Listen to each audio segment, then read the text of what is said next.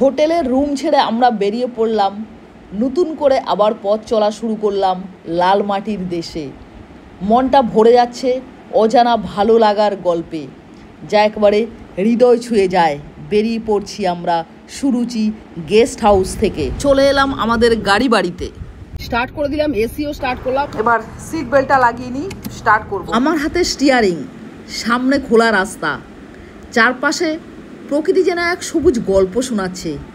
এই যাত্রা শুধু গন্তব্যের নয়, এই যাত্রা নিজেকে খুঁজে পাওয়া। সরু পাতা খাচ্ছে, আমার খাওয়া হয়ে গেছে।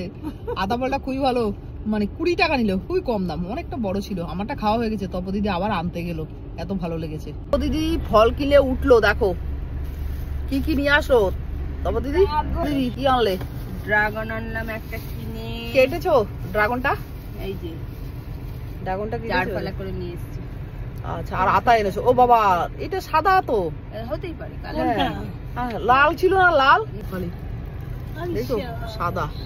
দাও একটা খালি তুলে দাও। তুই দুটো খা, তুলে দাও। তুই দুটো খা, আমরা কলা টলা খাইছি তো।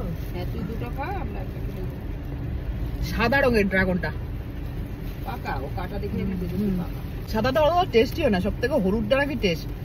তারপর হচ্ছে গিয়ে পিঙ্ক কালারটা, যেটা তুমি খাওনি সেটা সবসময় টেস্ট। না তাই বলছে ওখানে ড্রাগন ফল।